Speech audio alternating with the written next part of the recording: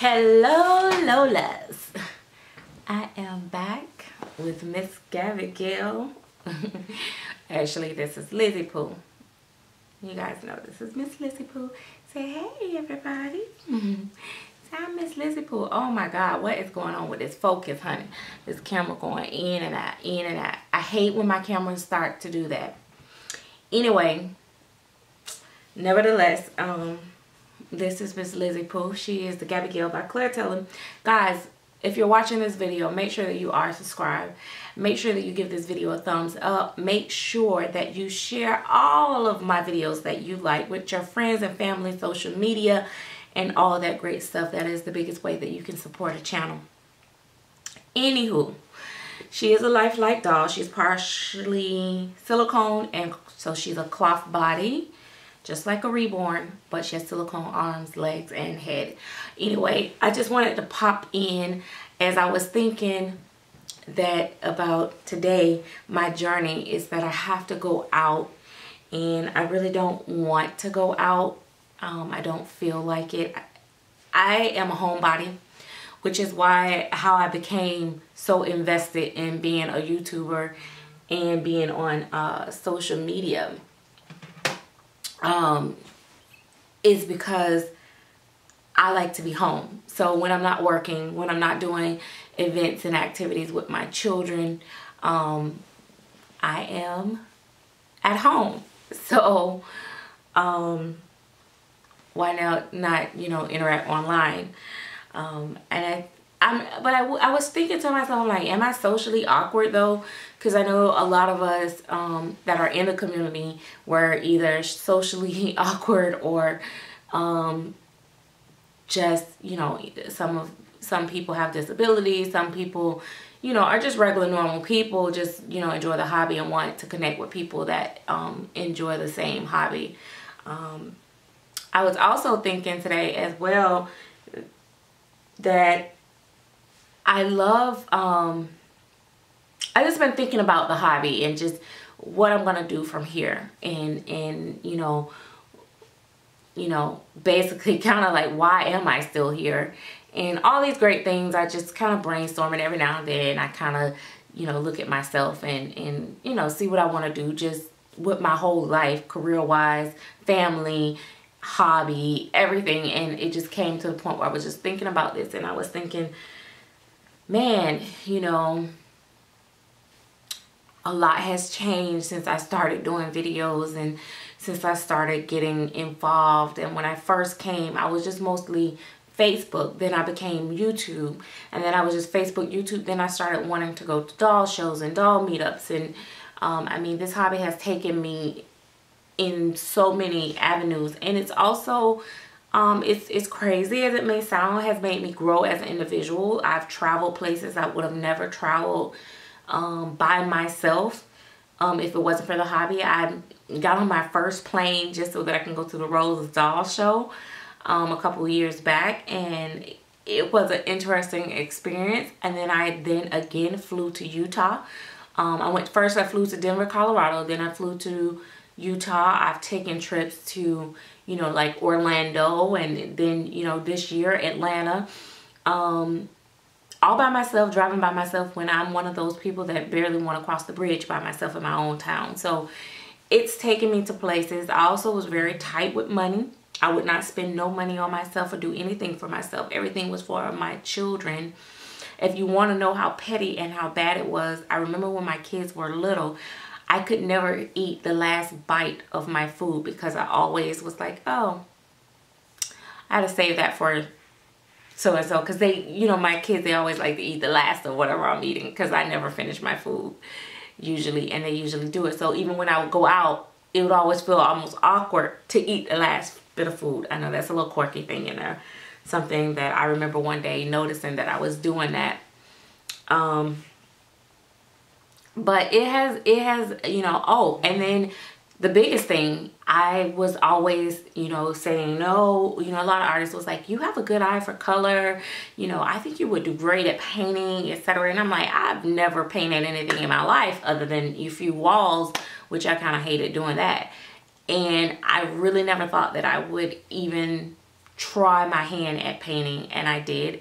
So it's taken me to that, and that's something that I found a new way to enjoy myself. So I had kind of had to make a choice in between reborns or silicone babies, which I would collect because I couldn't afford both, because reborns had gotten so high, and then, you know, waiting on customs and, you know, kissing people butt and paying them for a doll was just not my forte. So I did finally take a chance and a leap, and now I'm striving to get my dolls to be as real as possible. So with each doll, I try something different, and I try to add to it. I'm trying to perfect the different skin tones and all that great stuff. And it's really, you know, like I said, have taken me into a lot of positive directions. So whereas I know there's some negatives and some stresses with being as active in the community, there's also some good parts. I joined Doll Fan a couple years ago. I'm still a little reluctant to post on there. I feel very intimidated, and I get a little anxiety when I post there. Even when I share a video there, I kind of almost feel like, I don't know, I feel like I'm going to be attacked, or, you know, it's one of those places that, you know, it's like if you haven't been there for a while, or you're not with the Get Fresh crew, you ain't gonna make it, you know, and God forbid if they disagree with what your post is about. So but I did join, and I did meet some lovely ladies through Doll Fan, and they are, you know, down to earth, lovely ladies, and, you know, with beautiful collections and stuff like that. So just branching out and just doing things that's different than, you know, the norm. And I will say, and I've been speaking a lot about my culture and being an African-American woman. Also, you know, on my other channel, that I only made like 1 or 2 videos on there. You know, I have like kind of touched on it a little bit, but within the African-American culture, it's almost frowned upon when we have such an expensive hobby, or, you know, do anything lavish, as if it is a bad thing. I've actually gotten comments on my channel saying that I make black people look bad because black people don't do this kind of stuff. They don't spend all this money on dolls and so on and so forth. So the judgment there is real, and it's not just on camera, it's off camera as well. But I feel that a hobby is healthy, no matter what color your skin is, and everybody is worthy to have a hobby and have something that they enjoy, right? But it's you know, it's been really great. I've, you know, going out and meeting other, you know, people, even private collectors, and seeing their private collections, and also like the, you know, the doll shows and Doll Fan meetups and stuff like that, have also expand my my knowledge, and also my experiences of seeing different artists' work that I have not personally collected in my collection. But something else that I learned with that as well, and have slowed me down on like judging myself, as far as like, you know, I may not like a particular brand doll or whatever. I may think that that doll is not as enjoyable as another brand doll. But what I've learned is that just going out and seeing dolls at doll show is totally different from when you actually hold it and interact with it, you know. And because like I said, when I took a chance with the Lillian Briefield dolls, I liked them, you know, out and everything. And, you know, because it's a kit and it wasn't, you know, the same softness of the Claire Taylor dolls that I was accustomed to, I just thought for sure that there would be a strong possibility that I would not really connect with that doll or really enjoy that doll.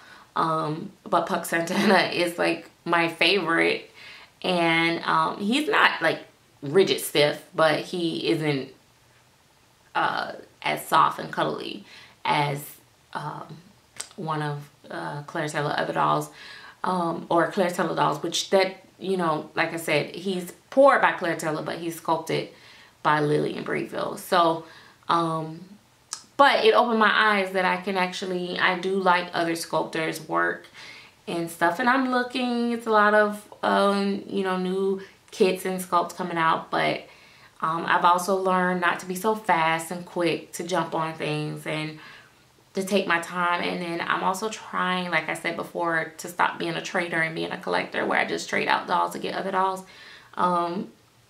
I feel that it's coming though. I feel that, you know, maybe by next year, depending on how my life flows, I'm going to want eventually another premium doll. And it's going to definitely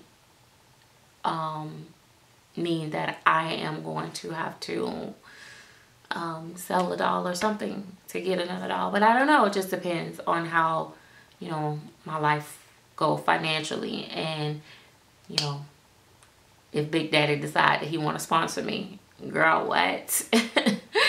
Do I need to take out some real red, shiny, glossy stilettos, honey? Yes, but I gotta lose weight first, honey, because nobody wants to break that heel or have it leaning over to the side. You know what I mean? So I'm working on that. I'm working on my weight. I'm seriously working on my weight. I know I make jokes about it. I make a lot of comments about being, you know, about size and stuff like that. And I hope that that doesn't offend anyone. I come from a very large plus size. I call them plush pound, you know, women and family. And on one side of the family. And then, but, you know, I always wanted to have weight on me because I was so micro skinny, and I was picked on and teased very, very harshly coming up for being skinny. And I'm definitely not that now. Girl, what? Now when they see me, they be like, oh my gosh, you know. So, but I want a happy medium. I want to be healthy. I want to be toned. I want to, you know, I want it to jiggle in the right places. Anyway, that's not doll information. That's more for MzGirlWhat. It's very hard. I'm finding that it's complicated for me to separate me. It's almost like I'm trying to split a part of me for the doll world, part of me for the real world. It's kind of hard because I still say stuff that I feel that should be on the other channel. But anyway, no here or there.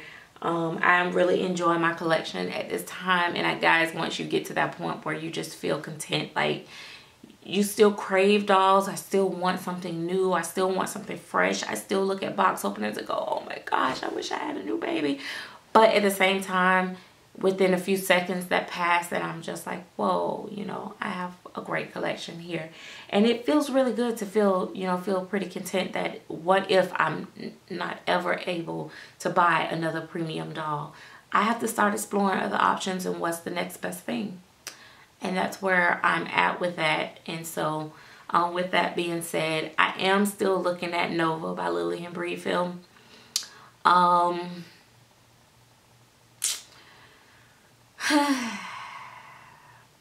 gonna reach out. I may reach out to her once I see it possible.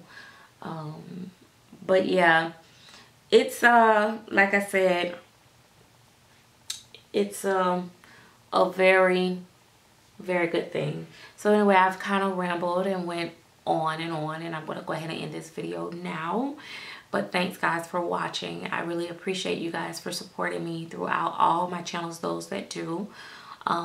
You know, for all that may be offended by my videos or don't like the direction in which my channel is going, I wish you the best in, you know, finding other channels that are more suitable for you guys.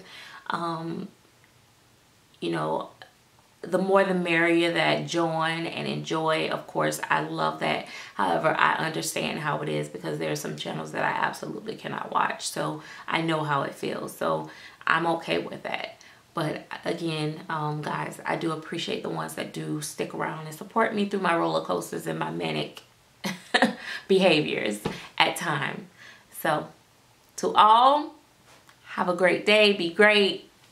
And me and Miss Lizzie Pooh, she's been wearing this for a while. And I don't know, maybe I'll change her, maybe not. But if I do, I'll try to do it on camera for you guys. See you guys later. Say bye-bye. You gonna wake up? No, you don't want to wake up? She don't want to wake up? No, no, no.